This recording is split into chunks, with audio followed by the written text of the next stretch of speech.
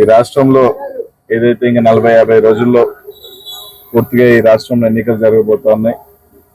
ఈరోజు ఈ రాష్ట్రంలో ప్రజలకు అర్థమైపోయింది చంద్రబాబు నాయుడు గారు ఆ పార్టీ అంతా కూడా మూసేసే రోజులు దగ్గరకు వస్తున్నాయని.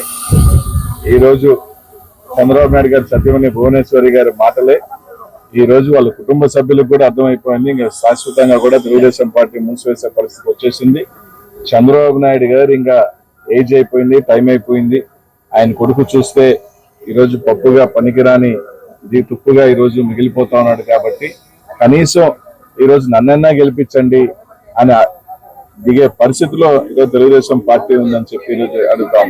ఎట్టా లోకేష్ మాలోకం మంగళగిరిలో ఓడిపోతాడు, చంద్రబాబు నాయుడు గారికి వయసు అయిపోతుంది, సరే కనీసం నేనన్నా నిలబడతాను, నాకన్నా అవకాశం ఇవ్వండి, ఏదో గెలిచైనా సరే ఏదో ఆ కుటుంబం నుంచి ఆ పార్టీ నుంచి నేను ఎమ్మెల్యేగా అవుతానని చెప్పి బ్రతిమాడుకునే పరిస్థితి ఈ రోజు రాష్ట్రంలో ఉంది అంటే ఇంతకన్నా దౌర్భాగ్యమైన పరిస్థితి లేదు. ఖచ్చితంగా కూడా ప్రజలందరూ కూడా గమనిస్తాను. తప్పకుండా 2024లో ఈరోజు ఏదైతే ఈ పార్లమెంట్కి జగనన్న నన్ను నర్సాపేట పార్లమెంట్కి ఇన్ఛార్జిగా ప్రకటించి ఈరోజు 7 శాసనసభ్యులు ఈ పల్నాడుకి సంబంధించి అందరూ కూడా మంచి మెజార్టీతో వెళ్ళిపోతా ఉన్నారు.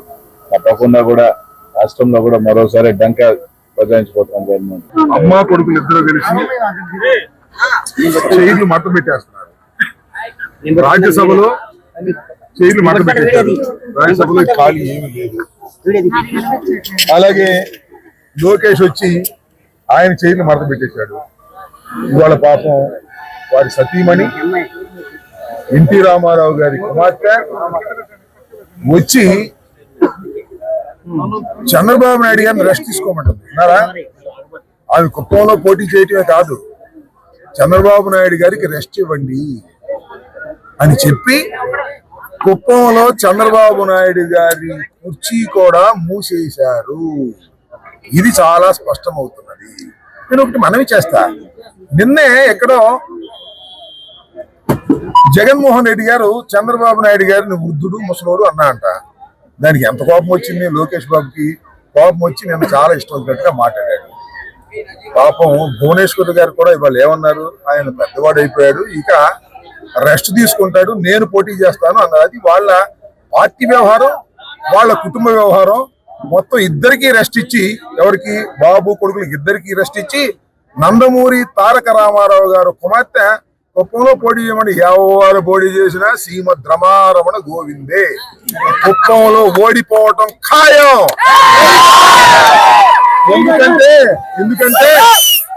ఎందుకంటే కుప్పానికి చంద్రబాబు నాయుడు గారు 35 సంవత్సరాలు అంట, 30 సంవత్సరాలు లేదు, సుదీర్ఘ కాలం శాసనసభ్యుడిగా పోటీ చేసి గెలుపొందినా కుప్పానికి నీళ్ళు ఇవ్వలేదు.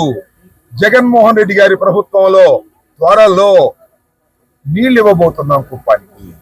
కాబట్టి కుప్పంలో కూడా ప్రజాదరణ కోల్పోయినటువంటిది చంద్రబాబు నాయుడు గారి కుటుంబం. కాబట్టి అక్కడ కూడా చైరు మడత వెయ్యవలసిందే. కుప్పంలో గెలిచే పరిస్థితి తెలుగుదేశానికి లేదు, రాష్ట్రంలో ఎక్కడ గెలిచే పరిస్థితి లేదు. మంచి కామెంటే, నేనేం కాదంటలా. బాబు భువనేశ్వర్ గారు వచ్చి నందమూరి వంశస్త్రాలు, ఆమె వచ్చి చంద్రబాబు నాయుడు గారు రెస్ట్ తీసుకోమని ఆమె పోటీ చేస్తే ఆమెకైనా ఓటమి తప్పదని ఈ సందర్భంగా చెప్పగలరు.